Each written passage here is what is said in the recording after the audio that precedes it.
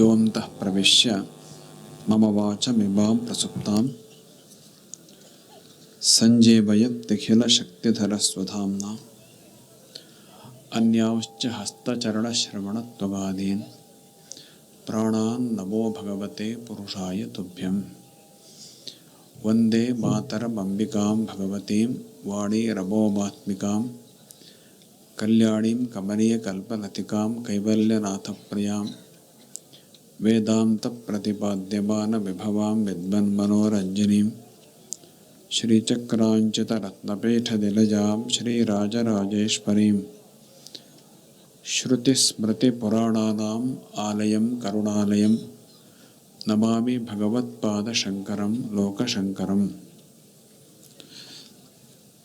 ಅಘನಾಶಿನಿ ಉಳಿಸಿ ರ್ಯಾಲಿಯ ಸಮಾವೇಶದಲ್ಲಿ ಹೊತ್ತಿನಿಂದ ಉಪಸ್ಥಿತರಿರುವ ಎಲ್ಲ ಮಹಾಜನರೇ, ಮಾತೆಯರೇ, ವೇದಿಕೆಯಲ್ಲಿ ಸಾನ್ನಿಧ್ಯವನ್ನು ವಹಿಸಿರುವ ಶ್ರೀಮನ್ ನೆಲವಾವ್ ಮಠದ ಶ್ರೀ ಮಾಧವಾನಂದ ಭಾರತಿ ಮಹಾಸ್ವಾಮಿಗಳೇ, ಸಂಸದರಾದ ವಿಶ್ವೇಶ್ವರ ಹೆಗಡೆ ಅವರೇ, ಶಾಸಕರಾದ ಭೀಮಣ್ಣವರೇ, ವೇದಿಕೆಯಲ್ಲಿ ಮತ್ತು ಸಮೀಪದಲ್ಲಿ ಆಸನಾಗಿರುವ ಎಲ್ಲ ಗೌರವಾನ್ವಿತರೇ,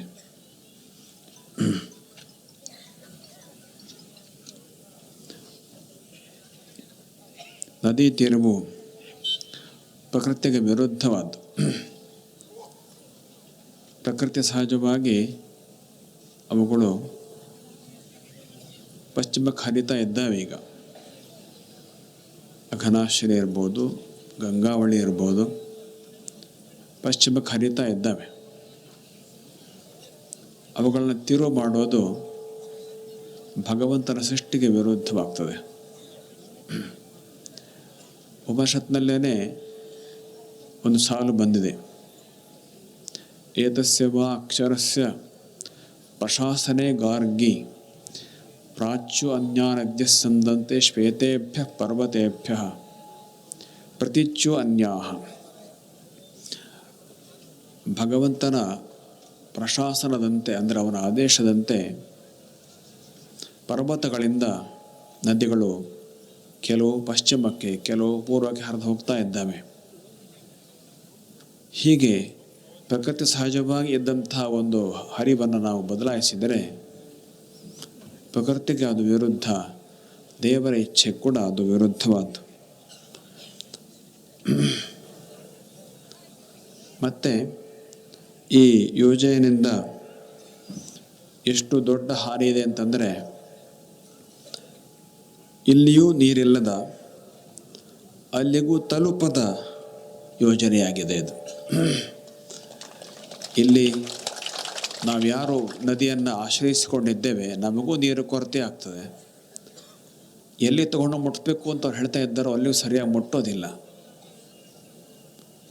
ಹೀಗಾಗಿ ಇಲ್ಲಿಯೂ ಸಲ್ಲದ, ಅಲ್ಲಿಯೂ ಸಲ್ಲದ ಈ ಯೋಜನೆಯನ್ನು ಯಾಕೆ ಮಾಡಬೇಕು?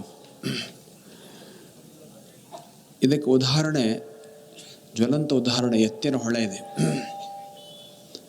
ಅಲ್ಲಿಯೂ ಇದಕ್ಕೇನು ತೀವ್ರವಾಗಿ ಹೋರಾಟ ಮಾಡಿದ ಅಲ್ಲಿಯ ಜನಗಳು. ಆದರೂ ಅದನ್ನು ಮಾಡಿದ್ದಾಯಿತು. ಆದರೆ ಈಗೇನಾಯಿತು, ಯಾರಿಗೆ ನೀರು ಸಲ್ಲಬೇಕೋ ಅವ್ರಿಗೆ ಸಲ್ಲಲಿಲ್ಲ. ಈ ಕಡೆ ಎತ್ತಿನ ಹೊಳೆಯ ಪ್ರದೇಶದಲ್ಲೂ ಕೂಡ ತುಂಬ ನಾಶಗಳು ಆಗಿದ್ದಾವೆ. ಈಗ ಇಂಜಿನಿಯರ್ ಹೇಳ್ತಾ ಇದ್ದಾರೆ, ಎತ್ತಿನ ಹೊಳೆ ತುಂಬ ಹೂಳು ತುಂಬಿಕೊಂಡಿದೆ, ಯಾತಕ್ಕೂ ಬರೋದಿಲ್ಲ ಅಂಥೇಳಿ. ಹಾಗಾಗಿ ಎತ್ತಿನ ಹೊಳೆ ಎಂದು ಎತ್ತಲು ಸಾಧ್ಯವಿದ್ದಷ್ಟು ಹೂಳೆ, ಎತ್ತಿನ ಹೊಳೆ ಪೂರ್ತಿ ಎಂದು ಎತ್ತಲಿಕ್ಕೆ ಸಾಧ್ಯ ಇಲ್ಲದಷ್ಟು ಹೂಳೆ ಆಗಿಬಿಟ್ಟಿದೆ. ಅದೇ ಸ್ಥಿತಿ ನಮ್ಮ ನದಿಗಳಿಗೂ ಕೂಡ ಅಪಾಯ ಬರುವಂಥ ಸಂಭವ ಇದೆ. ನೀರು ವ್ಯರ್ಥವಾಗಿ ಹರಿಯುತ್ತದೆ ಅಂಥೇಳಿ ಅನೇಕರು ಭಾವಿಸಿದ್ದಾರೆ. ಹಾಗಿಲ್ಲ. ಯಾಕಂದರೆ ಅದು ನದಿಯ ಗುಂಟ ಅನೇಕ ಜೀವ ಸಂಕುಲಗಳಿಗೆ ಜೀವವನ್ನು ಒದಗಿಸ್ತಾ ಹೋಗ್ತದೆ. ಅದು ಮರಗಳು, ಗಿಡಗಳು ಮಾತ್ರವಲ್ಲ, ಪ್ರಾಣಿಗಳು, ಮನುಷ್ಯರು, ಘಟ್ಟದ ಕೆಳಗಿನ ಮೀನುಗಾರರು, ಸಮುದ್ರದಲ್ಲಿ ಸಮುದ್ರ ತಟದಲ್ಲಿ ಜೀವನ ಪಡ್ಕೊಂಡಿರೋ ಮೀನುಗಾರರು, ಹೀಗೆ ಇವರೆಲ್ಲರಿಗೂ ಒಂದು ಜೀವನವನ್ನು ಕೊಡ್ತದೆ ಈ ನದಿಯ ಹರಿವು. ಇದು ನಿಂತು ಹೋದರೆ ಎಲ್ಲರಿಗೂ ಹಾನಿ ಇದೆ. ನೀರಿನ ಹರಿವು ಕಡಿಮೆ ಆಗ್ತದೆ ಇದರಿಂದ. ಅವ್ರು ಹೇಳ್ತಾರೆ, ನೀರನ್ನು ನಾವು ನಿಲ್ಲಿಸೋದಿಲ್ಲ, ನಿಮಗೆ ತೊಂದರೆ ಕೊಡೋದಿಲ್ಲ, ನಿಮ್ಗೆ ಎಷ್ಟು ಬೇಕೋ ಅಷ್ಟು ನೀರನ್ನು ಇಟ್ಟು ನಾವು ಬೇಕಷ್ಟು ತೊಗೊಂಡು ಹೋಗ್ತೀವಿ ಅಂತ ಹೇಳ್ತಾರೆ. ಅದು ಏನೇ ಮಾಡಿದ್ರೂ ನೀರಿನ ಹರಿವು ಕಡಿಮೆ ಆಗೋದಂತೂ ಸತ್ಯ. ಆಗ ಘಟ್ಟದ ಮೇಲಿಂದ ಘಟ್ಟದ ಕೆಳಗೆ ನೀರು ಹರಿಯೋದು ಕಡಿಮೆ ಆಗೋದ್ರಿಂದ ಅನೇಕ ಅನರ್ಥಗಳು ಆಗ್ತವೆ. ಅದರಲ್ಲಿ ಮೊಟ್ಟ ಮೊದಲನೇದಾಗಿ ಮೀನುಗಾರರಿಗೆ ಹಾನಿ ಇದೆ. ಮೀನುಗಳಿಗೆ ಬೇಕಾಗುವ ಆಹಾರ ನದಿಯ ನೀರಿನ ಮೂಲಕ ಹೋಗ್ತದೆ. ಗಣಕ ನೀರು, ಸಿಲ್ಟ್ ವಾಟರ್, ಅಂದರೆ ಭೂಮಿಯ ಜೈವಿಕ ಅಂಶಗಳು ಸೇರ್ಪಡೆ ಆಗಿರ್ತಕ್ಕಂಥ ನೀರು ಹರಿದರೆ ಮಾತ್ರವೇ ಆ ಮೀನುಗಳಿಗೆ ಆಹಾರ ಸಿಗ್ತದೆ. ಇದನ್ನು ತಜ್ಞರು ಆಗಲೇ ಹೇಳಿದ್ದಾರೆ. ಈ ನೀರು ಕಡಿಮೆ ಆದರೆ ಆಗ ಆಹಾರ ಸಾಮಗ್ರಿ ಕೂಡ ಕಡಿಮೆ ಆಗ್ತದೆ ಮತ್ತು ಮೀನುಗಳಿಗೆ ಆಹಾರ ಆಗಿರುವ ಕಾಂಡ್ಲಾದಂತಹ ಗಿಡಗಳು ಬೆಳೆಯುವುದಕ್ಕೆ ತೊಂದರೆ ಆಗ್ತದೆ. ಹೀಗಾಗಿ ಮೀನುಗಾರಿಕೆ ಬಹಳ ದೊಡ್ಡ ಹೊಡೆತ ಇದೆ ಅನ್ನೋದು ವಿಜ್ಞಾನಿಗಳು ಆಗಲೇ ತಿಳಿಸಿದ್ದಾರೆ. ಅದರಿಂದ ಸುಮ್ಮನೆ ಇದು ವ್ಯರ್ಥವಾಗಿ ಹರಿತದೆ ಅನ್ನೋ ಭಾವನೆ ತಪ್ಪು. ಇನ್ನೂ ಅನೇಕ ದುಷ್ಪರಿಣಾಮಗಳು ನದಿ ಹರಿವನ್ನು ನಾವು ಬದಲಾವಣೆ ಮಾಡಿದರೆ ಆಗ್ತವೆ. ಇದನ್ನು ನಾವು ಬಹುಶಃ 2 ಸಲ, ಒಂದು ಸಲ ಶಿವಮೊಗ್ಗದಲ್ಲಿ ಮತ್ತೊಂದು ಸಲ ಉಡುಪಿಯಲ್ಲಿ ಸಮಾವೇಶಗಳನ್ನು ಮಾಡಿದ್ದೀವಿ. ಆ ಸಂದರ್ಭದಲ್ಲಿ ತಜ್ಞರ ಮುಖಗಳಿಂದ ಬಂದಂಥ ಅಂಶಗಳಿವೆ.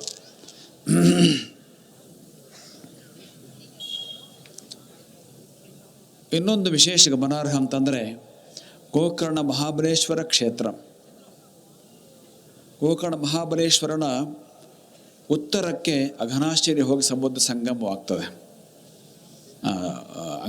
ಗಂಗಾವಳಿ ನದಿ ಹೋಗಿ ಸಂಗಮವಾಗ್ತದೆ. ದಕ್ಷಿಣಕ್ಕೆ ಅಘನಾಶಿನಿ ನದಿ ಹೋಗಿ ಸಂಗಮವಾಗ್ತದೆ. ಶಿವ ಪಶ್ಚಿಮಮುಖವಾಗಿ ನಿಂತಿದ್ದಾನೆ. ಗೋಕರ್ಣ ನೋಡಿದ್ದೀರಿ. ಪಶ್ಚಿಮಮುಖವಾಗಿ ನಿಂತಿರುವ ಶಿವನ ಕಂಠಾಭರಣದಂತಿದೆ ಈ ಗಂಗಾವಳಿ ಮತ್ತು ಅಘನಾಶಿನಿ ನದಿಗಳು. ಈ ನದಿಗಳ ಕುಂಟ ನೀರು ಹರಿವು ಕಡಿಮೆ ಆಯಿತು ಅಂದರೆ ದೊಡ್ಡ ಅನರ್ಥ ಏನು ಅಂತಂದರೆ ಸಮುದ್ರದ ನೀರು ಒಳಗೆ ಬರ್ತದೆ. ಸಮುದ್ರ ನೀರು ಒಳಗೆ ಬಂದಿದ್ದರಿಂದ ಗೋಕರ್ಣ ಕ್ಷೇತ್ರ ಒಂದು ದ್ವೀಪವಾಗುವಂಥ ಒಂದು ಅಪಾಯ ಇದೆ. ಅಲ್ಲದೆ ಘಟ್ಟದ ಕೆಳಗಿನ ಜಮೀನು ಕೃಷಿಗೆ ಯೋಗ್ಯತೆ ಕಳ್ಕೊಳ್ತದೆ. ಉಪ್ಪಿನ ನೀರಿನ ತುಂಬಿಕೊಂಡಿದ್ರೆ ಆ ನೀರಿನಿಂದ ಕೃಷಿ ಮಾಡೋಕ್ಕೆ ಬರೋದಿಲ್ಲ. ಬರೀ ಉಪ್ಪನ್ನೇ ತೆಗಿಬೋದು ಅಷ್ಟೇ, ಮತ್ತೇನಿಲ್ಲ. ಈಗಾಗಲೇ ಅಲ್ಲಿ ಅನೇಕ ಭೂಭಾಗ ಕೃಷಿಗೆ ಯೋಗ್ಯತೆ ಕಳ್ಕೊಂಡಿದೆ. ಈಗಾಗಲೇ ಅನೇಕ ಕಡೆ ಕಡಲ್ ಕೊರೆತ ಆಗ್ತಾ ಇದೆ. ಅಂದರೆ ಸಮುದ್ರ ಉಕ್ಕಿ ಒಳಗೆ ಬರುವಂಥ ಸಮಸ್ಯೆ ಈಗಾಗಲೇ ಇದೆ. ಈ ನೀರು ಅಲ್ಲಿ ಹೋಗಿ ಕಡಿಮೆ ಆಯಿತು ಅಂತಂದರೆ ಸಮುದ್ರ ನೀರು ಇನ್ನಷ್ಟು ಒಳಗೆ ಬರ್ತದೆ. ಹೀಗಾಗಿ ಅಲ್ಲಿಯ ಕೃಷಿಗೆ ಅಪಾಯ ಇದೆ. ಮಹಾಬಲೇಶ್ವರನ ಕ್ಷೇತ್ರಕ್ಕೆ ಕೂಡ ಇದರಿಂದ ಅಪಾಯ ಇದೆ. ಹಾಗಾಗಿ ಈ ಯೋಜನೆಯನ್ನು ನಾವು ವಿರೋಧಿಸಬೇಕಾಗಿದೆ. ಯಾಕಂದರೆ ಇದು ಅವೈಜ್ಞಾನಿಕವಾದ ಯೋಜನೆ, ಇದು ಪ್ರಕೃತಿ ವಿರುದ್ಧವಾದ ಯೋಜನೆ. ಇದು ಉಳಿದ ನಮಗೆ ತೊಂದರೆ ಆಗ್ತದೆ, ಮುಳುಗಡೆ ಆಗ್ತದೆ, ಇವೆಲ್ಲ ಇದ್ದೇ ಇದೆ. ಆದರೆ ಅದೆಲ್ಲಕ್ಕಿಂತ ಹೆಚ್ಚು ಮುಖ್ಯವಾಗಿ ನಮಗೆದ್ದು ಕಾಣುವಂಥದ್ದು ಅವೈಜ್ಞಾನಿಕವಾದಂಥದ್ದು ಯೋಜನೆ ಇದು. ಅಂದರೆ ಮೊನ್ನೆ ಭವಿಷ್ಯತ್ತಿನಲ್ಲಿ ಕೂಡ ಇದರಿಂದ ಅನೇಕ ಹಾನಿಗಳು ಸಾಲಾಗಿ ಆಗ್ತವೆ. ಹಾಗಾಗಿ ವಿರೋಧಿಸಬೇಕಾದ ನಮ್ಮ ಕರ್ತವ್ಯ. ಈಗ ಯಾರ ವಿರುದ್ಧವೂ ನಮ್ಮ ಧ್ವನಿಯಲ್ಲ, ಅವೈಜ್ಞಾನಿಕ ಯೋಜನೆಯ ವಿರುದ್ಧ ನಮ್ಮ ಧ್ವನಿ.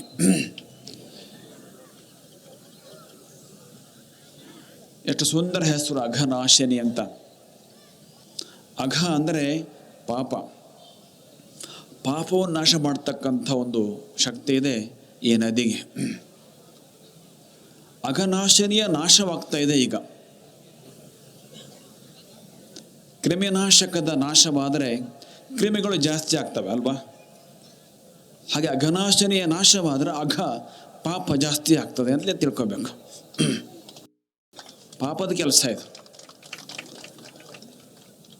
ಹಾಗಾಗಿ ಕ್ರಿಮಿಗಳನ್ನು ಜಾಸ್ತಿ ಮಾಡ್ತಕ್ಕಂಥ ಯೋಜನೆಗಳಿಗೆ ನಾವು ಖಂಡಿತ ಆಸ್ಪದ ಕೊಡಬಾರ್ದು. ಎಲ್ಲರೂ ಗಟ್ಟಿಯಾಗಿ ಏಕಧ್ವನಿಯನ್ನು ಎತ್ತಬೇಕು ಅಂಥೇಳಿ ನಮ್ಮ ಆಗ್ರಹ. ನಿಮಗಾಗಲೇ ತಿಳಿಸಿದ್ದಾರೆ, ಮುಂದೆ ಜನವರಿ 11ನೇ ತಾರೀಕು ಶಿರಸಿಯಲ್ಲಿ ದೊಡ್ಡ ಸಮಾವೇಶ ಆಗಬೇಕಾಗಿದೆ. ಅದು ಜಿಲ್ಲಾ ಮಟ್ಟದ ಸಮಾವೇಶ. ಶಿರಸಿಯ ಕಲಾ ವಿಜ್ಞಾನ ಮಹಾವಿದ್ಯಾಲಯದ ಆವರಣದಲ್ಲಿ ನಡೀತಕ್ಕಂಥ ಮಹಾಸಭೆಗೆ ಅನೇಕ ಸಹಸ್ರ ಸಂಖ್ಯೆಯಲ್ಲಿ, 10,000 ಸಹಸ್ರ ಸಂಖ್ಯೆಯಲ್ಲಿ ನಿಮ್ಮೆಲ್ಲ ಬರಬೇಕು. ಹೆಚ್ಚು ಸಂಖ್ಯೆಯಲ್ಲಿ ಜನ ಸೇರಿದಾಗ ಮಾತ್ರವೇ ಈ ಧ್ವನಿಗೆ ಬೆಲೆ ಬರ್ತದೆ. ಅದಕ್ಕಾಗಿ ಆ ದಿನ ಎಲ್ಲರೂ ತಪ್ಪದೆ ಅಲ್ಲಿಗೆ ಬನ್ನಿ. ಅದಕ್ಕೂ ಮುಂಚೆ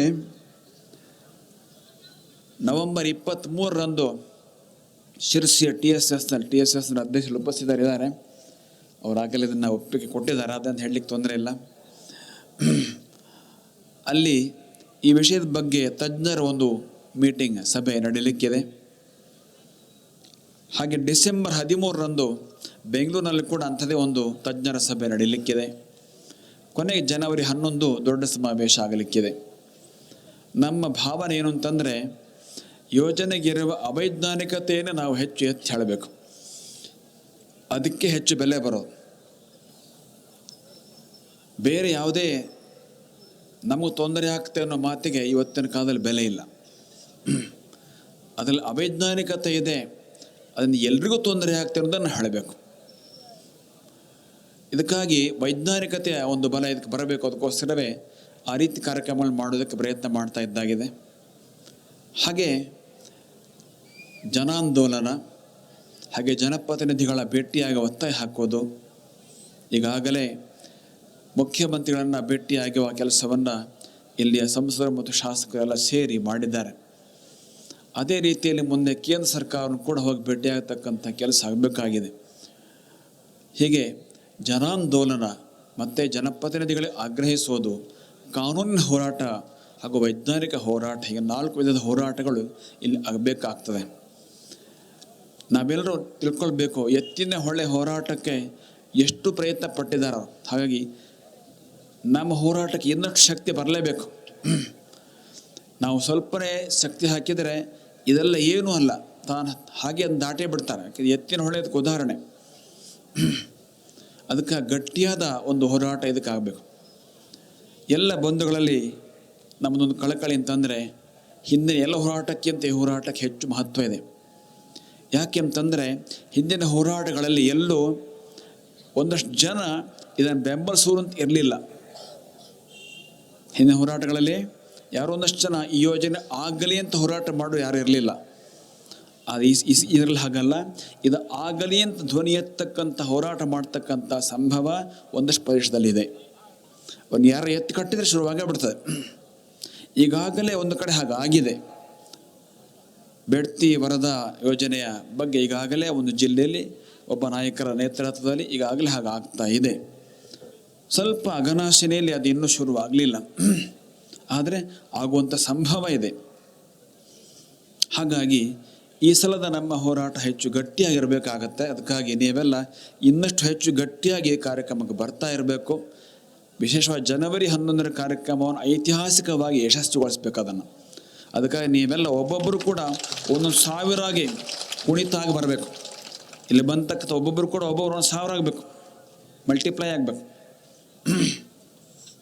ಅದಕ್ಕೆ ನೀವು ಯಾರು ಕರ್ಕೊಂಬತ್ತೀರಿ ನೋಡಿ, ಎಲ್ಲಿ ಕರ್ಕೊಂಬತ್ತೀರಿ ನೋಡಿ, ದುಡ್ಡು ಕರ್ಕೊಂಬಂದು ನೋಡಿಲ್ಲ, ನಮ್ಗೆ ಅಡ್ಡಿಲ್ಲ.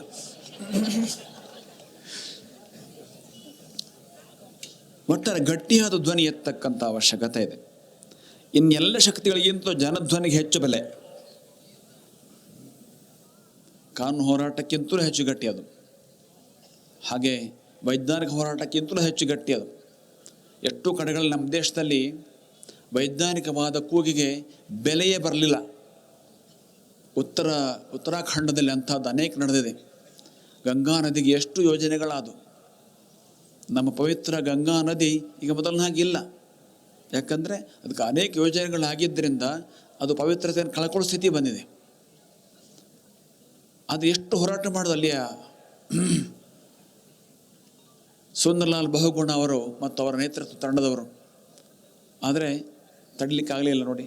ಅದರಿಂದ ಇನ್ನೆಲ್ಲ ಧ್ವನಿಗಳಿಗಿಂತಲೂ ಜನಸಂಖ್ಯೆ ಹೆಚ್ಚು ಸೇರುವುದು ಈ ಕಾಲದಲ್ಲಿ ಹೆಚ್ಚು ಮುಖ್ಯವಾದ್ದು. ಸಂಖ್ಯೆಯ ಶಕ್ತಿ ಕಲವು ಯುಗೆ. ಹಾಗಾಗಿ ಜನವರಿ 11ರ ಕಾರ್ಯಕ್ರಮ ನೀವೆಲ್ಲರೂ ಕೂಡ ಒಂದು ಚಾಲೆಂಜಾಗಿ ತೊಗೋಬೇಕು, ಅದನ್ನು ಪೂರ್ತಿಯಾಗಿ ಯಶಸ್ವಿಗೊಳಿಸಬೇಕು ಅನ್ನೋದು ನಮ್ಮ ಕಳಕಳಿ. ನೀವೆಲ್ಲ ಸೇರಿ ಕೆಲವೇ ದಿನಗಳ ಅಂತರದಲ್ಲಿ ಈ ಕಾರ್ಯಕ್ರಮವನ್ನು ಸಂಘಟನೆ ಮಾಡಿ ಸುಂದರವಾದ ಸಂಘಟನೆ ಮಾಡಿದ್ದೀರಿ. ಹಾಗಾಗಿ ಈ ಭಾಗದ ಕಾರ್ಯಕರ್ತರಿಗೆ ಎಷ್ಟು ಅಭಿನಂದನೆ ಹೇಳಿದರೂ ಕೂಡ ಕಡಿಮೆ ಸರಿ. ಇದೇ ರೀತಿಯ ಒಂದು ಇನ್ನಷ್ಟು ಸಂಘಟಿತ ಪ್ರಯತ್ನ ಜನವರಿ 11ಕ್ಕೆ ಕೂಡ ಆಗಲಿ ಅಂತೇಳಿ ಮತ್ತೊಮ್ಮೆ ಹಾರೈಸ್ತೇವೆ. ಈ ಕಾರ್ಯಕ್ರಮಕ್ಕೆ ನೆಲಮಾವು ಮಠದ ಶ್ರೀಮನ್ ಮಾಧವಾನಂದ ಭಾರತಿ ಸ್ವಾಮಿಗಳು ಆಗಮಿಸಿದ್ದಾರೆ. ಅವರು 91ನೇ ಇಸ್ವಿ ಕಥೆಯನ್ನು ಹೇಳ್ತಾ ಇದ್ದರು. ಆವಾಗ ನಮ್ಮ ಕೈಯಲ್ಲಿ ಕನ್ನಡಕ್ಕೆ ಇರಲಿಲ್ಲ.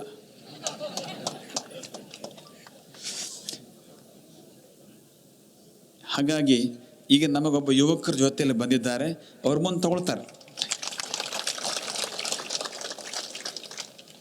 ಅವರ ಶಕ್ತಿ ಇದಕ್ಕೆ ವಿನಿಯೋಗ ಆಗಲಿ. ಒಟ್ಟಾರೆ ಎಲ್ಲರೂ ಸೇರಿ ಇದನ್ನು ಯಶಸ್ವಿಗೊಳಿಸೋಣ ಅಂತ ಮತ್ತೊಮ್ಮೆ ಹಾರೈಸಿ, ನಮ್ಮ ಜನಪ್ರತಿನಿಧಿಗಳು, ಸಂಸದರು ವಿಶ್ವೇಶ್ವರ ಹೆಗಡೆಯವರು, ಹಾಗೆ ಶಾಸಕರಾದ ಭೀಮಣ್ಣನವರು ಇದಕ್ಕೆ ಪೂರ್ತಿಯ ಬೆಂಬಲ ನಿಂತಿದ್ದಾರೆ.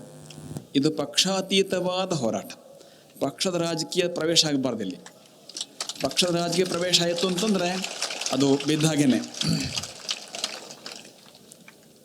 ಹಾಗಾಗಿ ಎಲ್ಲ ಪಕ್ಷದವರು, ಎಲ್ಲ ರೀತಿಯ ಜನಗಳು ಸೇರಿ ಇದನ್ನು ಹೋರಾಟ ಮಾಡಿದ್ರೇ ಯಶಸ್ವಿ ಆಗ್ತದೆ. ಅದಕ್ಕಾಗಿ ಮತ್ತೊಮ್ಮೆ ಎಲ್ಲರೂ ಹೋರಾಟಕ್ಕೆ ನಾವು ಧ್ವನಿ ತುಂಬೋಣ ಅಂತ ಹೇಳ್ತಾ ಮಾತಿಗೆ ಪೂರ್ಣ ವಿರಾಮ ಬಿಡ್ತೇವೆ. ಲೋಕಾಃ ಸಮಸ್ತಾಃ ಸುಖಿನೋ ಭವಂತು. ನಾರಾಯಣ ನಾರಾಯಣ ನಾರಾಯಣ.